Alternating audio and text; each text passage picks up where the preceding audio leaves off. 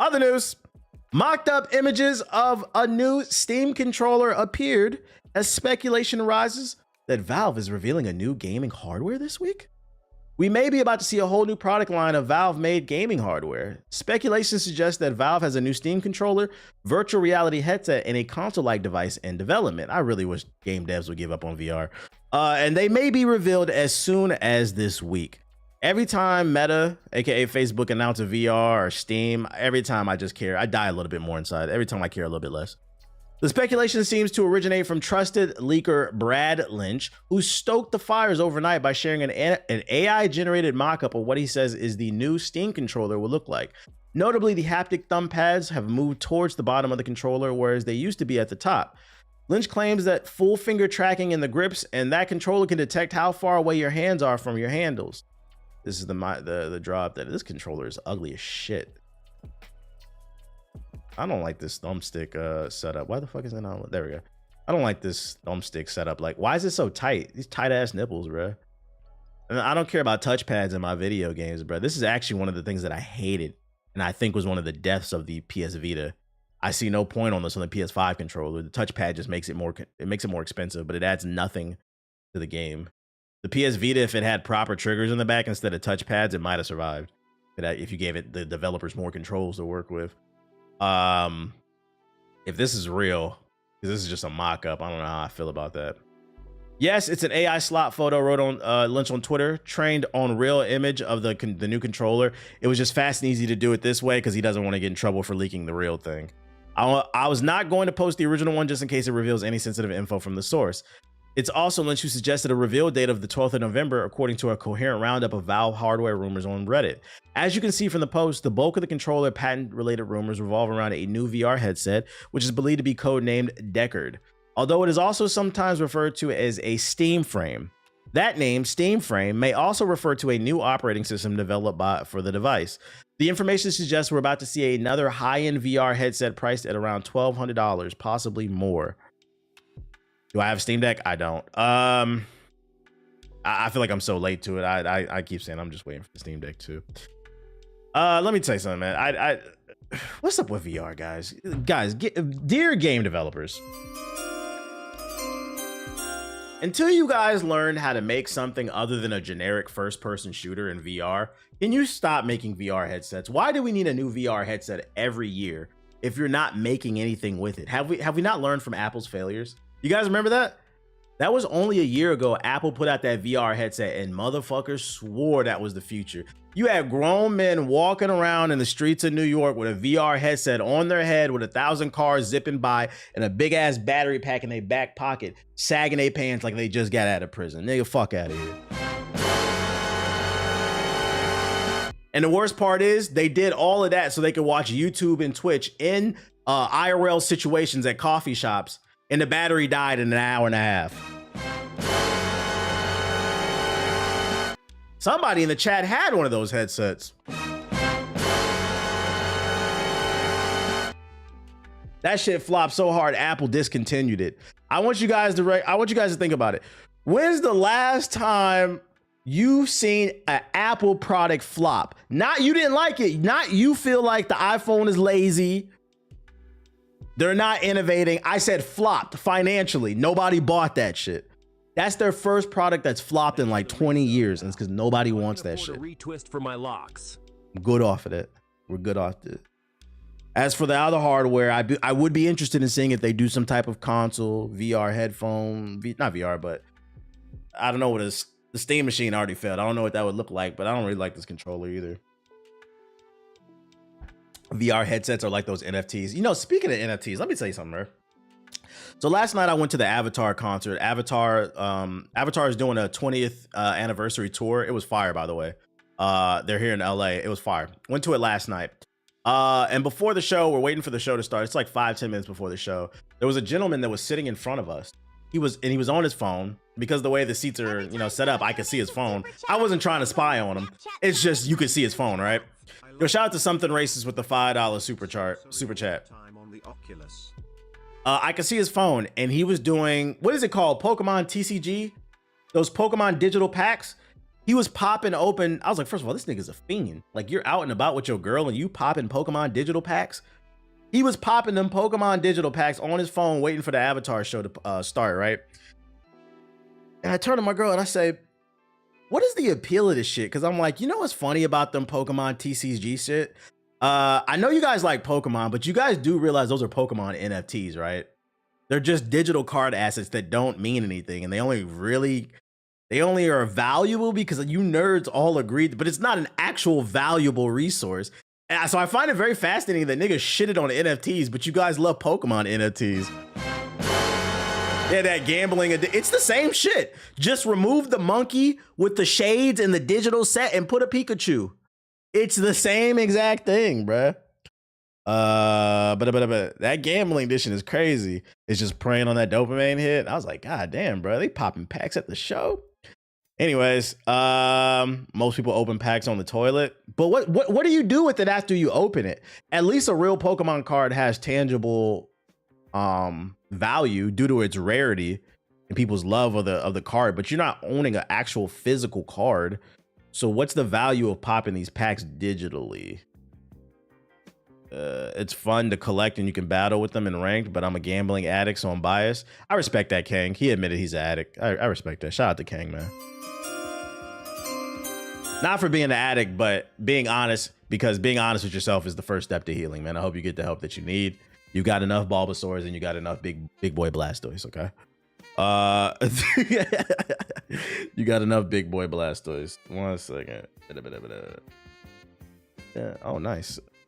Collecting, bathing, ranked. If I had a game that you could use that's about it. It's Battle Sim and you get free packs every 12 to get you on the cycle. So they give you a free pack every 12. That is gambling. Yeah, it's gambling. Hey man, buy 11 packs, we'll give you one for free. That's a lot. How much a pack cost, chat? How much a pack cost? God damn. How much money does that shit make? That's why, and people, why they make these live service games? That's why. Yeah, a bunch of fiends. You wondering why they getting away from making these $50 wonderful games? You get these gacha packs. How much it costs? Let me know. 50 mil a month. They make 50 mil a month. Shout out to Convo in the chat. Hold on, let me see. Pokemon TCG pack price. Price chart. They got price charting? This gotta be the real cards. Ain't no way that's the verifying the device. Fuck you, Nintendo. What the hell? These are the real things. How do I look up the digital? Oh wait. Booster packs and buzz. Is this right? Or are these the physicals? Video game. Rarity with individual booster packs and current sets typically costing between $4 and $17. Is this real? Oh, TGC Pocket. That's what it's called. TGC Pocket. Pack price is not bad. I didn't know what it's called.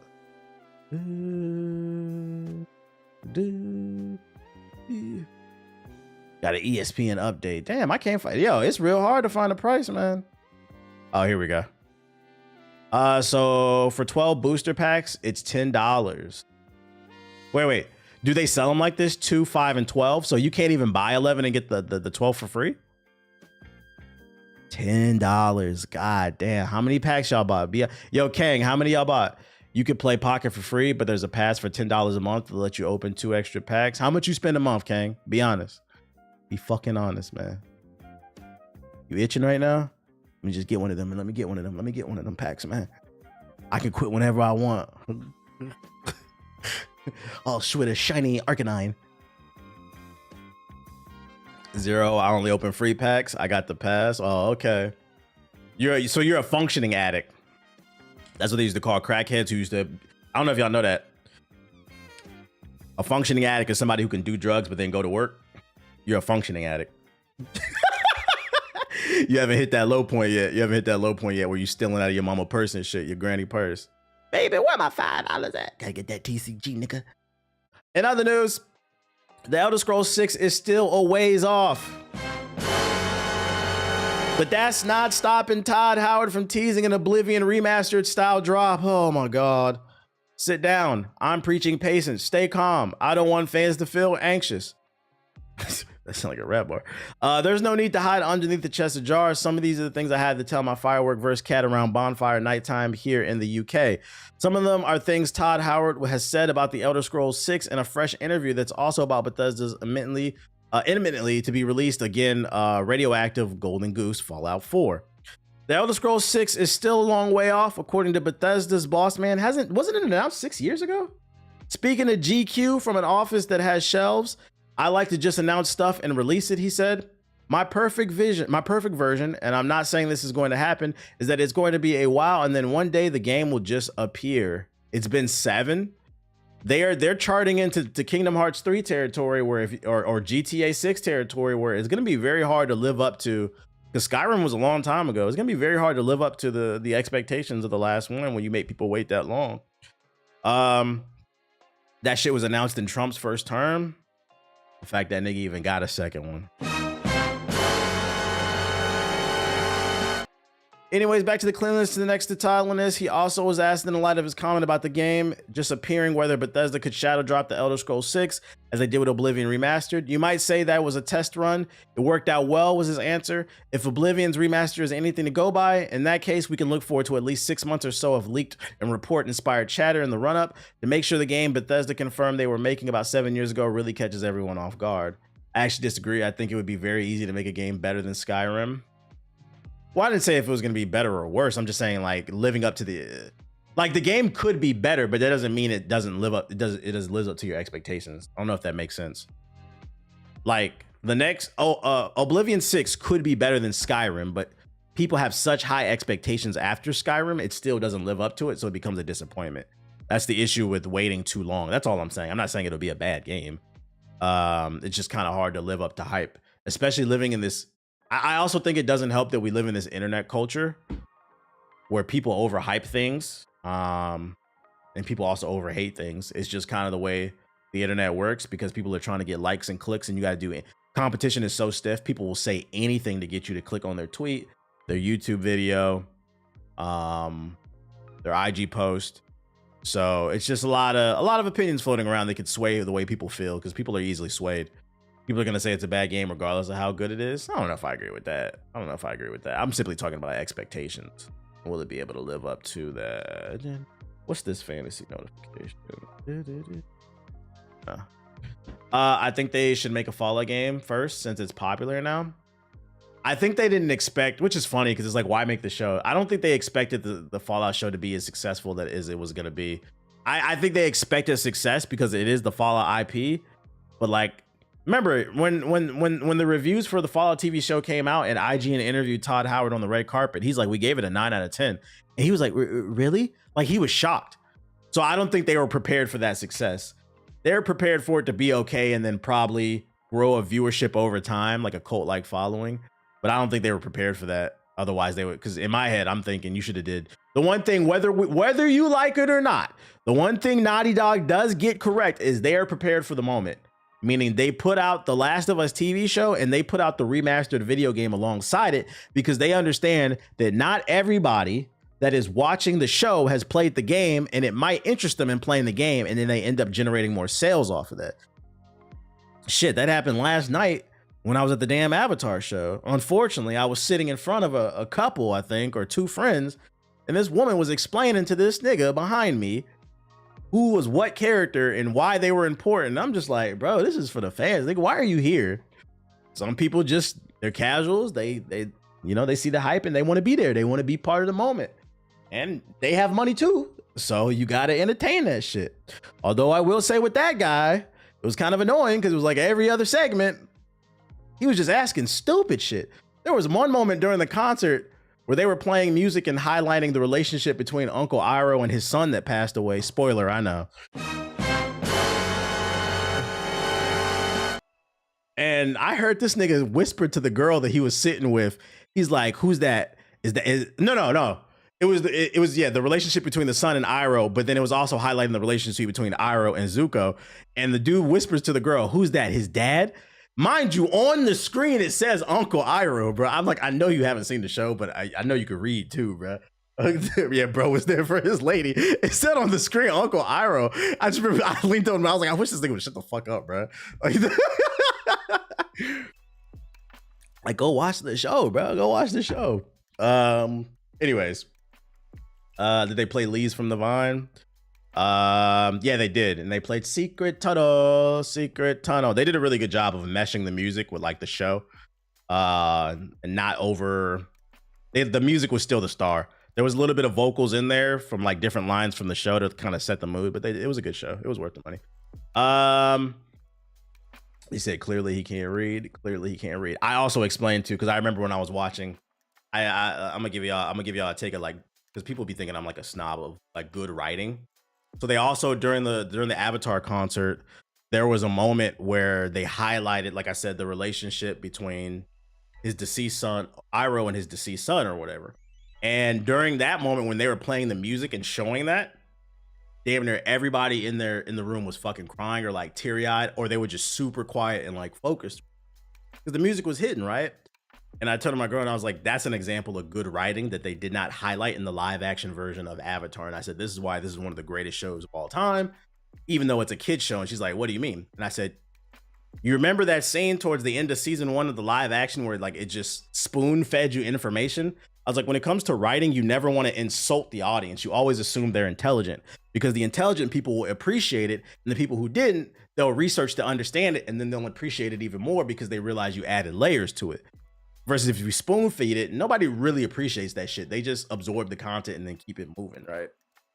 And I was like, example of great writing in Avatar and why it's one of the greatest shows of all time is, I was like, the way they set up Iroh and Zuko's relationship is, in the first half of the show, Zuko's banished and Iroh is also banished. So it's like two losers just hanging out, and it's also his nephew. So he's just like looking out. They're just hunting after the Avatar. They're two losers. They got exiled and they're just hanging out. That's the way it was presented. And obviously he's older, so he's looking out for his nephew.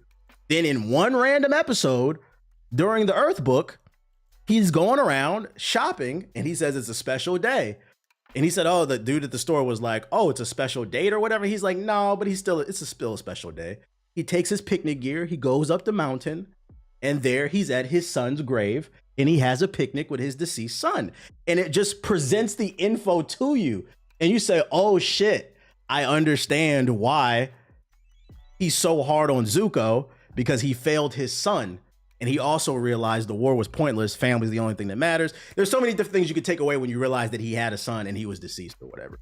But it never spoon feeds you it, right? Because a spoon feed would be like, Zuko, fucking, I hate that my son died, so now I'm gonna look out for you. Instead, they just did it. They did a bait and switch, and they just presented this thing, and it made you think. And I was like, that's great writing right there, where it doesn't spoon feed you and it treats you like an adult. And I said, the craziest part about it is it's a kid show. You said, I still cry at that scene. She's like, I think I get it. I said, that's good writing. But a lot of Netflix shows are written with a tell don't show mindset, because a lot of people are on their phones watching a movie, and it ruins it, bruh. Do that shit for original shows. Don't be doing that shit for this. Like, I just don't understand how you already have a blueprint that's great and you fuck it up. And that's across the board too. Like remasters on video game. How the fuck is the Grand Theft Auto trilogy remaster worse than the originals? It should be better. Just make the graphics better. God damn, dude. I don't understand that shit, man. I don't understand that shit. Anime and manga. The last episode of book 2 had me balling multiple times. I was like, damn, I need to rewatch this show. I like it when the writers respect your intelligence. Yeah, that's the way you should always do it. It's the way everybody appreciates it more, whether you get it or not. If you're intelligent enough, you'll know there's something there and you'll explore it. But anyways, just some food for thought on what I think is quality writing. Other news. That's my tangent. From Software's parent company confirms Elden Ring Night Rain DLC by the end of March 2026. So if you thought there was no more content, they're still supporting it. Frustrated players leave negative Steam reviews. I guess it's not enough content. Katawa, the parent company of Elden Ring Night Rain developer From Software, has confirmed we'll get new DLC for the multiplayer game by the end of March 2026 as unhappy players leave negative reviews on Steam. We are aiming for further sales growth for Elden Ring Night Rain, the original Elden Ring and its DLC, the company said in its recent financial report to investors. We have multiple game titles in the development pipeline. From Software is currently developing Elden Ring Night Rain DLC planned for release in 2025. Wait, what? From Software is currently developing Elden. Oh, I don't know why I read that as regular Elden Ring. My brain processed it. Elden Ring Tarnished Edition is coming to the Switch 2 and Dust Bloods in 2026. So yeah, more content is coming, but it's not coming fast enough. And this is in my opinion, as much as I love Elden Ring, this is why live service multiplayer games don't win Game of the Year. Look at this shit, bruh. People love this shit the first month or two it came out. Now they feel like they're not trickling out enough content fast enough, and the reviews are negative. This is why this shit don't win. It don't win. It don't fucking win. You are always one patch away, or rather one patch not away, because the same thing is happening with fucking Borderlands 4, where the game runs like dog shit, and they ain't getting them patches out fast enough. Yeah, it's a lose-lose battle, bruh. It's just too many. This is why, man, I'm sick of live service games. What else do Elden Ring players want? Yeah, you know, as an Elden Ring fan, I'm not gonna lie, I don't even know if I agree with this. This is a $40 game. They've released DLC after DLC, just tons of content updates for this. What else do you want? It feels like they're expecting them to support the game 24/7 for the next 10 years, and I don't think it was that. I think they made it clear that it's not gonna be a forever thing. I know they said they're gonna support it for like at least a year, but for $40, I'd argue you got your money's worth. The game is good. It's just they want more, more, more. We live in this consumer society where it's not, you got 1,000 hours on the game and it's not enough. I can see why people say Avatar's the greatest cartoon, but I still give it the title to SpongeBob. I know y'all already moved on from that conversation. If you feel like SpongeBob's the greatest cartoon of all time, like I won't debate that. I'd be like, that's a respectable choice. I would disagree with it just because I think SpongeBob, in my opinion, it suffers from being around too long. Like SpongeBob came out in 1999. I was 9 years old when that show came out, chat. I know. And I remember it. I love like the first 3 to 5 seasons. They were classics, but it just keeps fucking going. And in my opinion, it's gotten worse. To the point where it's like, damn, this shit it's still going on. In my opinion, SpongeBob is like it's like Scottie Pippen on the Blazers, man. I'm not gonna go as far as to say, because Scottie Pippen on the Blazers was good, but he wasn't Scottie Pippen on the Bulls. I'm not gonna go as far as to say Shaq on the Celtics, but it's just like, you light my fire. Like, come on, bro. Like, can we retire this nigga? God damn. That, yeah, and Family Guy too. No, Family Guy is Shaq on the Celtics. Like, yeah, Shaq on the Heat. Shaq on the Heat was still good, but he was a little overweight. Yeah. SpongeBob is Shaq on the Heat. Scottie Pippen on the Blazers. You light my fire. You light my fire. All right, bro. Can we, like the picture of old boy Kevin Love doing a little pass? Like, all right, can we let it go? The best content, in my opinion, it ends. You should always go out on top. Do you know why people speak so highly of Michael Jordan? Because that nigga knew when to quit. LeBron doesn't know when to quit. Yeah, I know it's gonna piss some people off. It's easy to break a bunch of records when you played for 40 fucking years. And now your team looking better without, I don't want to get into that. I don't want to get into that. Anyways, you said chill on the back. But anyways, it's better to go out on top because people are always going to have a fond memory of you. I think like the game of the year conversation and shit like that. When you keep going and going, you open yourself up for more criticism because you have to take that into consideration. The first 5 albums from Kanye, classics. He's dropped like 5 more since. They're all ass to me. So it brings the average down. I'm going to be honest. You could do that with Drake too. There's first 3-4 Drake albums, cool. Like the last 4 that he's dropped, it brings the average down. Leave. Know when to fucking leave, man. Leave and then put somebody on. That's how you cement your legacy. You pass the torch. Drake thinks he's got something to prove. Yeah. He needs to let us know how many 25-year-olds he's still fucking. We get it, bro. Big facts. I love rewatching old shows to get that nostalgia back. And it's still as good as you remember. It's still as good as you remember, bro. Anyways, the less we speak of MJ and DC, the better. That don't count. Yeah, MJ and although MJ on the Wizards was nice, the Wizards were just ass. MJ on the Wizards was like averaging 30. Like that, I think that's the part some of y'all forget. And that was on one knee. That was on one. The rest of the team was fucking ass. That nigga was carrying them. But I was about to say, MJ was getting busy on the Wizards. Yeah, and then he hurt his knee. That the context gets lost on that. it's the quality difference between seasons 1 and 3 and some of the later seasons in SpongeBob. Those OG jokes, I'm sure, are memed more. They are. I feel like a lot of the OG shit is when they changed the animation. That's when it got worse to me. A 40-year-old averaging 20 after retiring for 3 years is crazy, crazy, man. Anyways, other than this, Super Mario Bros. Movie sequel leak from the most unlikely place. That's right. Yoshi's appearance, along with a few other potential story spoilers for the upcoming Super Mario Bros. Movie, have been trending on social media thanks of all places to Pillsbury Doughboy.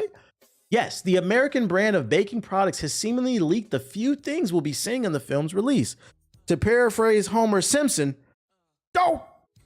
While Yoshi's face is beaming away on the front box of the pre-cut sugar cookies shaped like green spotted eggs, you can also see Nintendo's famed plumber Mario riding on his back on the other side of the packaging. Along with Yoshi soaring through the air, this box of cookie shapes also features the Comet Observatory. Man, what a picture. So that's what Yoshi's gonna look like in the movies, guys. They leaked it. And guess what? He looks just like the video game. Surprise. Surprise. Niggas don't understand how hard it is to get back in shape once you get past the age of 32. Real shit, real shit. And it's even worse too, because in America, a poor diet. America is so weird.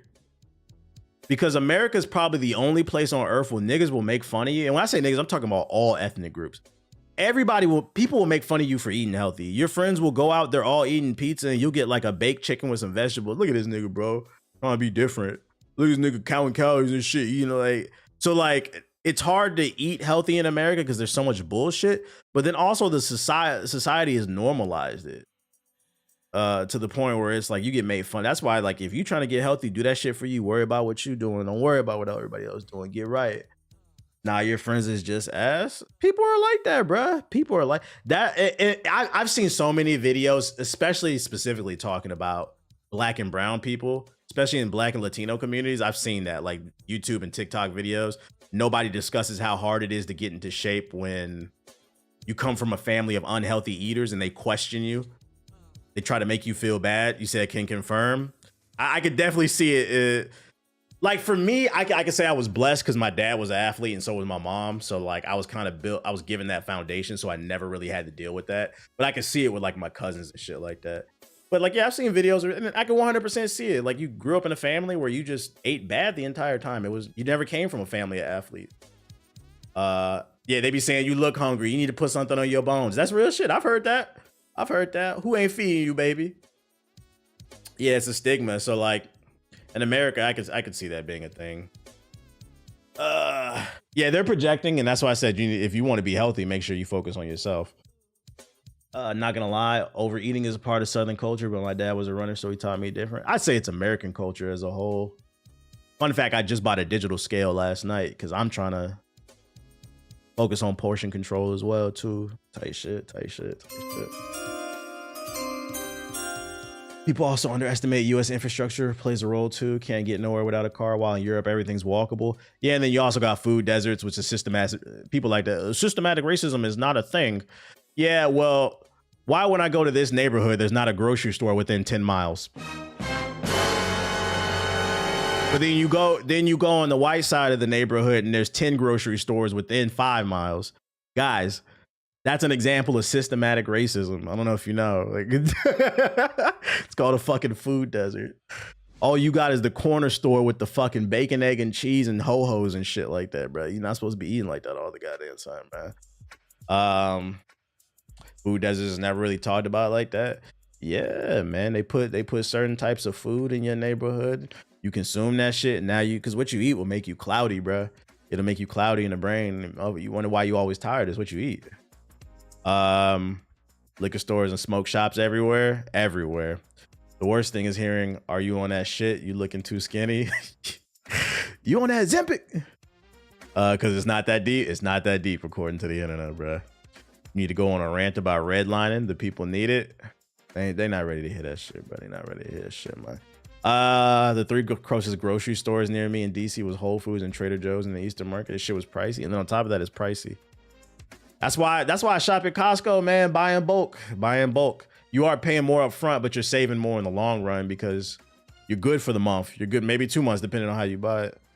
I got a tweet that may incline you to check out the new show Pluribus. What is that? Shout out to Calabrese with the sub. Appreciate it. Drop them subs in the chat, man. Drop them subs in the chat, man. I bought some creatine from not Subway. Subway. We don't go there. What the fuck? Why did I say Subway? Costco. I started creatine today too. They had the creatine gummies. They had a new brand. It was watermelon flavor, like moth to a flame. They taste pretty good. I'm not gonna lie. I don't like the powder. I had to get the gummies, man. Fuck no Subway. Rumor, new Crash Bandicoot racing artwork has some fans excited. Crash Bandicoot hasn't been cited for a while now, but Crash fans think they may have spotted something that could be tied to a new game project or at least something on the way. The development comes from the official Beanox social media account. Beanox, in case you need a refresher, is the same team that worked on Crash Team Racing Nitro Refilled and also helped out with Crash Bandicoot 4 It's About Time. Earlier this week, the developer uploaded a banner featuring Crash in a cart and then removed it shortly after. What's interesting about this is it appears to be based on Crash's character model from the fourth outing, a title that was released well after the most recent racing game. Shout out to the Monstars with the sub. Powder fatigue is real. It's real. I get tired of that shit. TBH, what is creatine? I'm not joking. I don't know. It's creatine is a nutrient found in meat. It's the most researched supplement in the world. The benefits include gives you more energy, you recover quickly, makes your muscles fuller, so it helps you get through workouts, so you can get gains quicker. And then there's also cognitive benefits, so it helps you focus and stuff. Yeah, it gives you water retention in your muscles. If you're trying to weight lift, there's benefits to it basically. Yeah, your body naturally makes it, so it's just a way to pump up more into your body. But there's 700 people here watching, but only 180 likes. Hit the fucking like button, YouTube. Yeah, he was asking about creatine. Yeah, but you need to be drinking water 24/7. Why do you think I got this big ass jug, right? You see, I've been sipping this shit, bro. You already know what time it is. I'm gonna take a sip one time for the culture. So this is the artwork that leaked, I guess. This shit ashy as hell. It's thanks to Call of Duty. The question is, do we want a new Crash Team Racing? After the success of Sonic Racing and the somewhat of success of Mario Kart World, do we want a new Crash taking? Can you take it without working out? Some people do for the cognitive benefits. But the main purpose is for when you're working out. That's the best. Is it Beast Bites? Nah, it's not Beast Bites. I've seen that on Instagram. It's not that. It's literally some new product they had at Costco.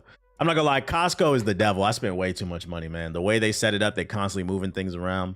They had a lot of new products at Costco. I was like, let me caught this. I was like, I tried the powder. I didn't really like it, so I didn't really commit to the creatine. I've always been natural. But I was like, let me try the bites. They had the watermelon flavor. They actually taste good too. They're not nasty. What helps with muscle fatigue? Rest, protein, creatine. Chicken bakes is yeah, the creatine gummies are fire. That was my favorite Crash between. I need to take some more actually. I'm in the loading phase, baby. Speaking of loading phase, I'm loading up some bullshit from the Grand Theft Auto community. For those unaware, currently we are in a parlay pandemic. And fresh off the heels of the delay of Grand Theft Auto 6, ball and gun gamers were in dismay.